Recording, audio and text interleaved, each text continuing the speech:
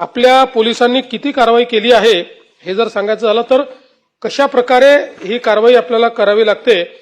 आता हा जो हायड्रो गांजा आहे हा एक फार मोठं आपल्याकरता नवीन आव्हान झालंय, कारण थायलंड आणि अमेरिका या दोघांनी हायड्रो गांजाला लीगल केलाय, त्याची परमिशन दिली आहे अमेरिकेने आणि थायलंडने, आणि त्यामुळे तिकडनं मोठ्या प्रमाणात हा जो हायड्रो गांजा आहे हा कुरिअरच्या माध्यमातून वेगवेगळ्या पद्धतीनं आपल्या देशामध्ये पुश करण्याचा प्रयत्न होतो।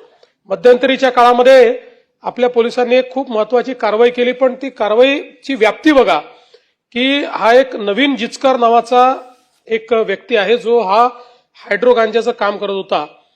याने आपल्याकडनं पळून गेला, पळून गेल्यानंतर याने ऑस्ट्रेलियामध्ये बंताव नावाचं एक आयलंड विकत घेतलं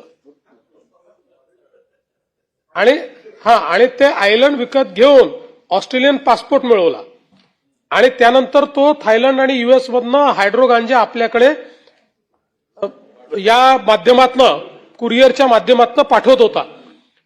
त्याच्यावर कारवाई झाली, पोलिसांनी कारवाई केल्यानंतर असं लक्षात आलं त्यांनी पाठवलेला जो काही गांजा होता, हायड्रो जे काही होतं ते पोस्टनी त्यांनी पाठवलं, त्यात पोस्टाचे लोक सापडले, ते अरेस्ट आपण केले, त्यांनी पैसे घेतले, त्यांनी क्लिअरन्स दिला, मग कस्टमच्या लोकांनीही पैसे घेऊन क्लिअरन्स दिला, तेही सापडले, त्यांनाही अरेस्ट केलं, आणि त्यांना अरेस्ट केल्यानंतर असं लक्षात आलं की आपली 2 पोलीस हे त्याच्यामध्ये सामील आहेत, त्यांना आता बडतर्फ आपण केलं।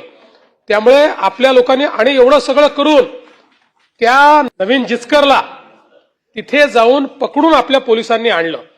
त्यामुळे या संदर्भातली पोलिसांची पॉलिसी 0 टॉलरन्सचीच आहे, मोठ्या प्रमाणात हे काम चाललेलं आहे, आव्हानं देखील मोठी आहेत। माझ्या चॅनलला सबस्क्राइब करा आणि बेल आयकॉन दाबा, जेणेकरून तुम्हाला माझे नवीन व्हिडिओ मिळतील।